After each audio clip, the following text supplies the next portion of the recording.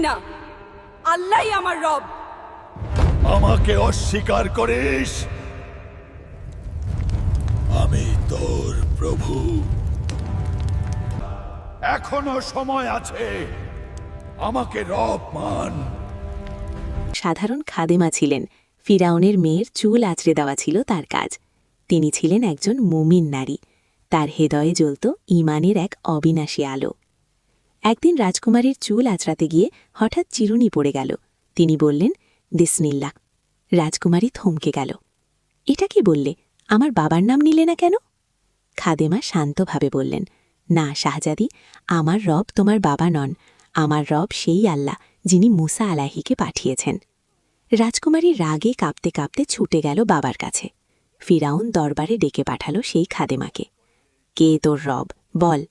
খাদেমা নির্ভীক কণ্ঠে বললেন, হ্যাঁ, আমার রব আছেন। তিনি তোমারও রব, তোমার বাবারও রব।